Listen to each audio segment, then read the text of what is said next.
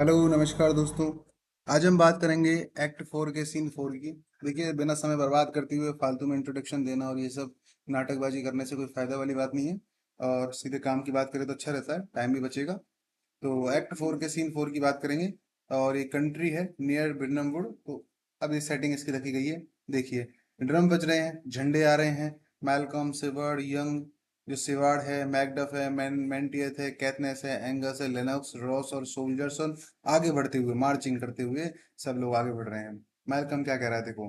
Cousins, मेरे भाइयों, I hope the days, मुझे उस दिन की उम्मीद है, आर नियर एट हैंड, जो कि आने ही वाला है। कब, कौन से दिन की? That chambers will be safe, जब हमारे रहने के स्थान बिल्कुल सुरक्षित रहेंगे। मेंटियथ कहता है, वी डाउट इट नथिंग, इसमें कोई भी संदेह नहीं है। सिवाड़ कहता है, व्हाट, क्या, would this, what would is this before us, ये कौन सा जंगल है हमारे आंखों के सामने? मेंटियथ कहता है, ये है वुड ऑफ विरनम, विरनम का जंगल, ये हमारी आंखों के सामने मौजूद है। मेलकम, लेट एवरी सोल्जर ह्यू, एक काम करो, सारे सोल्जर ह्यू कर लो, काट लो। क्या काट लो? डाउन ए बो, पेड़ों की एक शाखा को। And bear it before him, अपने सामने इस शाखा को पहन लो। देयर, देयर बाय, इससे हुआ क्या? शैल बी शैडो, हम छुपा लेंगे अपने आप को, हाइड कर लेंगे। The numbers of our host, कि कितने सोल्जर्स हैं, होस्ट हैं हमारी सेना में। एंड मेक डिस्कवरी एर, एर का मतलब एरर, गलत जानकारी। इन रिपोर्ट ऑफ अस, और हमारे संबंध में मैकबेथ को गलत जानकारी मिलेगी, उसको पता नहीं लगेगा कि हम कितने लोग यहाँ पर उससे लड़ने के लिए आए हैं। इस पर सोल्जर क्या कह रहे हैं दोस्तों? इट शैल बी डन, बिल्कुल हो जाएगा महाराज, क्या बात कर दिया आपने, क्यों नहीं होगा। शिवाड़ क्या कह रहा है, देखो। शिवाड़ कहेगा कि we learn no other but the confident years, कि भाई सिवाय हमें से कोई जानकारी नहीं मिली। क्या? कि कॉन्फिडेंट जो टायरेंट है ना, वो जो मैकबेथ है, वो बहुत ज्यादा क्या है, कॉन्फिडेंट है, बस हमको यही जानकारी मिली है। कीप स्टिल इन डेंसिनेन, वो अभी भी डेंसिनेन, डेंसिनेन में बना हुआ है। कौन अभी वहीं रह रहा है? कौन? Macbeth. And will endure our setting down before it, और इसका क्या करेगा? वो एंड्योर करेगा, सामना करेगा हमारे पूरे युद्ध का, हमारे पूरी सेटिंग का। मतलब देखो, सेटिंग, आर सेटिंग का मतलब हो गया हमारा जो सामना है ना, हमारा जो स्टाइल है, डाउन बिफोर इट, उसके सामने जो हम पेश करेंगे उसको, इसका मतलब जब हम उससे युद्ध करने जाएंगे तो मैकबेथ क्या करेगा? भागेगा नहीं, एंड्योर करेगा, सहन करेगा, उसको सामना करेगा हमारे युद्ध का। इस पर मेलकम क्या कहता है? It is his main hope, ये उसकी मुख्य होप है, उसकी मुख्य उम्मीद है। फोर, क्योंकि वेयर देयर इज एडवांटेज, क्योंकि जहाँ, जो क्या है, एडवांटेज है, किसी भी चीज का लाभ है, टू बी गिवन, जहाँ किसी तरह का लाभ उसको दिया जाना है। बहुत, दोनों प्रकार का। More and less have given him the revolt, कि जो मोर, द मोर एंड लेस, मोर का मतलब जो बड़े सामंत हैं, लेस जो छोटे सामंत हैं, हैव गिवन हिम रिवोल्ट, उन्होंने भी उसका क्या कर दिया है? रिवोल्ट कर दिया है, विद्रोह कर दिया है उसके खिलाफ। And none serve with him, कोई भी उसके साथ उसका सहयोग नहीं कर रहा है।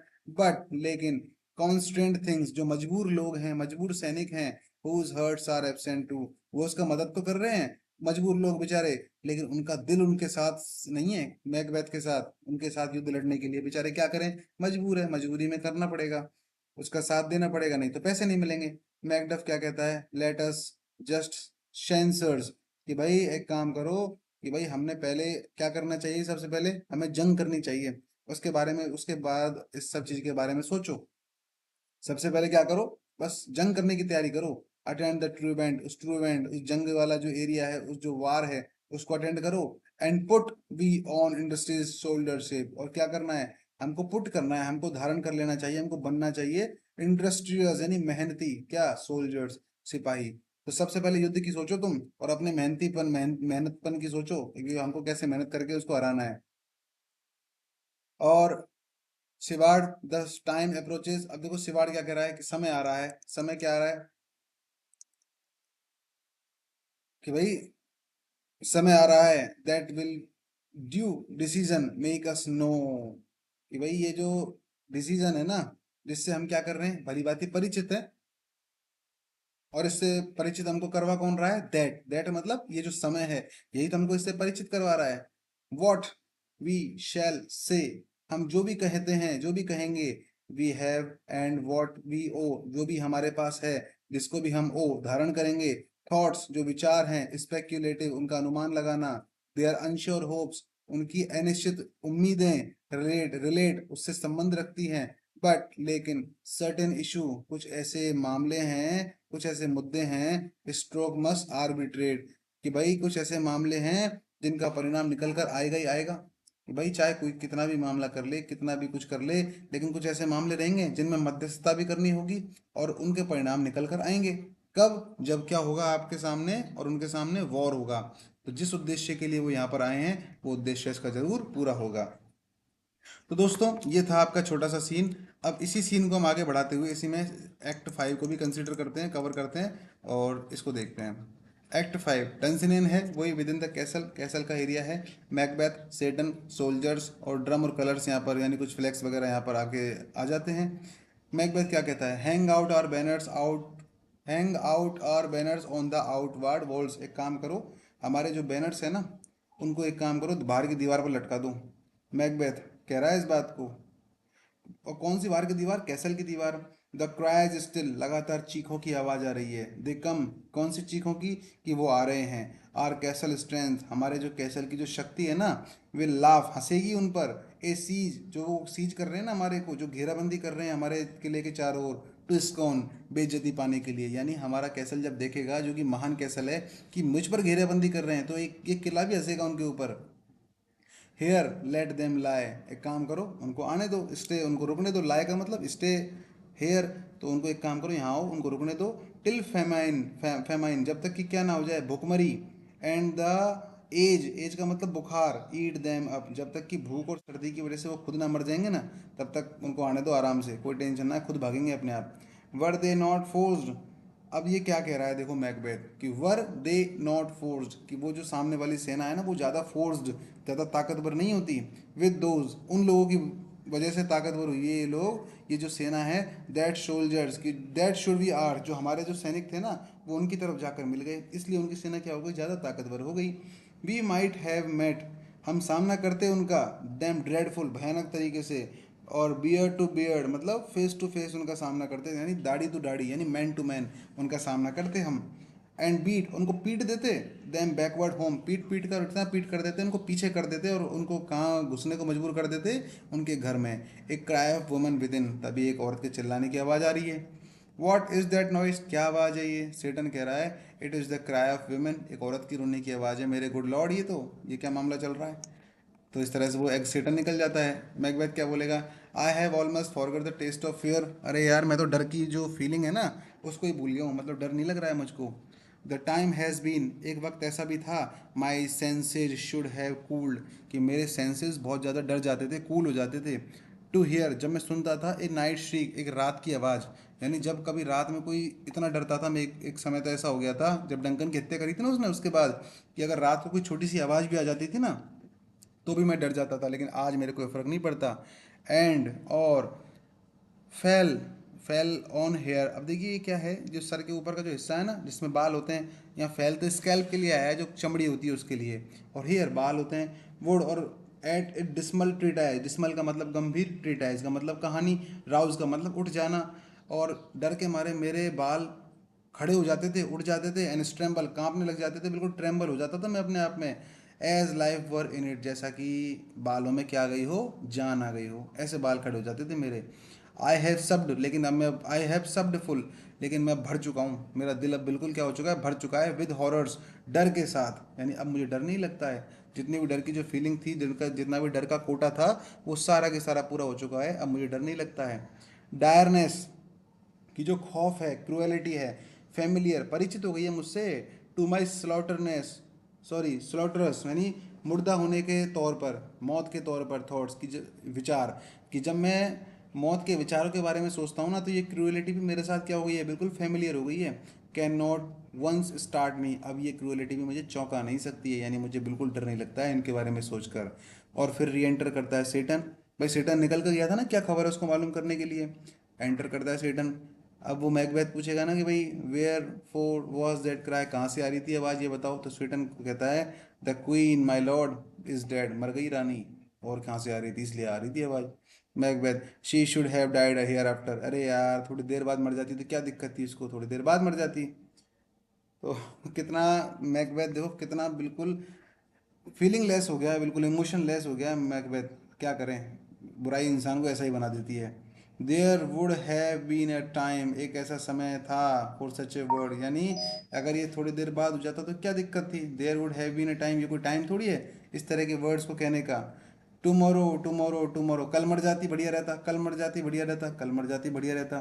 क्रीप्स, क्रीप्स का मतलब होता है आहिस्ता चलना, धीरे धीरे चलना। इन हिज प्रेटी, प्रेटी का मतलब वही धीरे धीरे। पेस, गति, पेस का मतलब क्या होता है, गति, फ्रॉम डे टू डे, कि हमारी आहिस्ता चलने वाली जो जिंदगी है ना वो भी धीरे धीरे चल रही है। To the last syllable, syllable का मतलब वर्ड्स या क्षण कोई भी, of recorded time, recorded time का मतलब जो लाइफ स्पैन है ना, रिकॉर्डेड टाइम को ऐसे ही लिख लीजिए लाइफ स्पैन, कि भाई जितना हमारा जीवन है उतनी ही हमारी लाइफ चलेगी, और कितनी चलेगी, इससे ज़्यादा हमारी लाइफ नहीं चलेगी, बस हमारी लाइफ स्पैन को ही कंप्लीट करेगी उस क्षण तक जब तक हमारी आवाज़ आती रहेगी।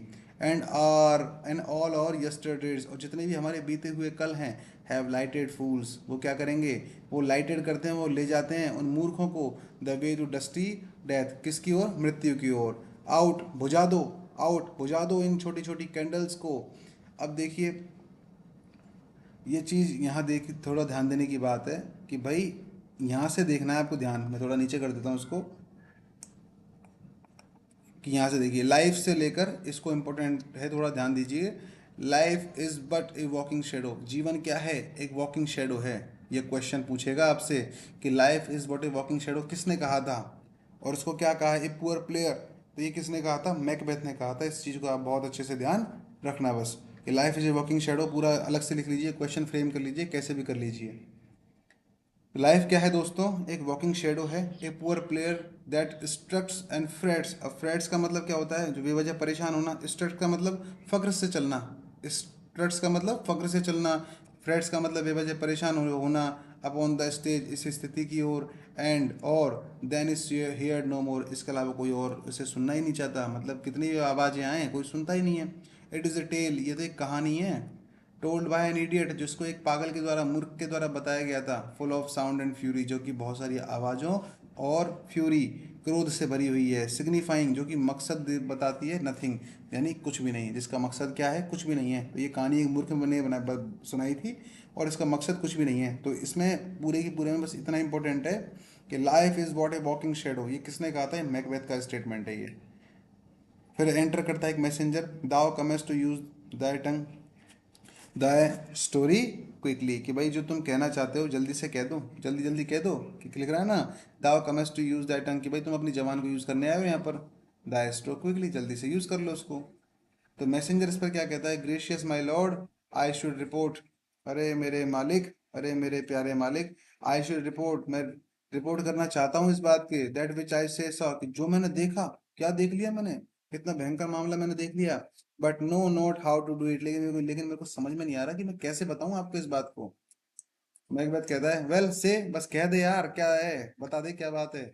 Messenger, as I did stand my watch upon the hill, जब मैं पहाड़ी पर खड़ा था वॉच करने के लिए, निगरानी करने के लिए, आई लुक्ड, मैंने क्या देखा, मैंने देखा कि जो टुवार्ड बिरनम, बिरनम का जंगल, एनन, जल्दी जल्दी, मी थॉट, मुझे लगा, the wood begin to move, कि मूव करके हमारी तरफ आ रहा है। और अब बाप रे, इसका मतलब मैकबेथ के मरने के दिन आ गए, उसके पाप का घड़ा भर गया, बिरनम जंगल भी मूव कर गया। भूत ने कहा था ना कि तुझे बिल्कुल घबराने की जरूरत नहीं है, कोई भी औरत से पैदा हुआ आदमी तेरे को नहीं मार सकता, तू कब तक, जब तक नहीं मरेगा, जब तक बिरनमबुड़ से जंगल जो है डंसिनेन तक नहीं आ जाएगा। तो देखो दोस्तों, अभी उसको ये तो नहीं पता है कि औरत से पैदा हुआ कौन है नहीं है, लेकिन उसको ये तो पता लग गया कि भाई बिरनमबुड़ जंगल मूव कर गया।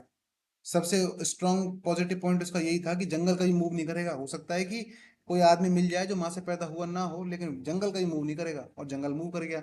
एक्चुअल में जंगल मूव कर नहीं रहा है दोस्तों, ये उसमें कहा था ना कि भाई कमांडर ने आदेश दिया था कि भाई एक काम करो, पेड़ों की टहनियों को अपने काटो, अपने ऊपर लगा लो, और फिर चलो, इससे तुम्हारे बारे में पता नहीं लगेगा कि सामने वाली सेना को कि तुम कितने हो, तुम्हारे बारे में गलत खबर ही उनके पास जाएगी। तो जब सामने वाले ने दूर से देखा सैनिक ने, तो उसको ऐसा लगा कि जब पेड़ की टहनी आगे बढ़ रही थी धीरे धीरे, कि भाई जंगल चल रहा है, तो इसका मतलब उनकी भविष्यवाणी सच हो गई, तो जंगल मूव कर गया। मैकबेथ, लायर, अरे ओ नौकर, स्लेव, तू लायर है, झूठा है, तू मक्कार है। तो मैसेंजर कहता है, let me endure your Wraith, कि महाराज आपकी नाराजगी भी सहन कर लूंगा मैं, तो अगर आपको इस चीज का लगे तो नाराजगी भी सहन कर लूंगा। If it be not so, यदि ऐसा नहीं होता, with with in this 3 mile, 3 mile तक चल कर आ गया, may you see it coming, तुम देख लो आते हुए। ऐसे मैं कहता हूँ, ये मूविंग ग्रो रोर का मतलब जंगल, कि जंगल क्या कर रहा है, मूव कर रहा है। Macbeth, if thou speakest false, यदि तुमने झूठ बोल रहे हो ना, upon the next tree shalt you thou hang live, तो उन तो उन पेड़ों पर क्या है, तुम लटकते हुए नजर आओगे, वो भी कैसे, जिंदे, अगर तुमने झूठ बोला होगा।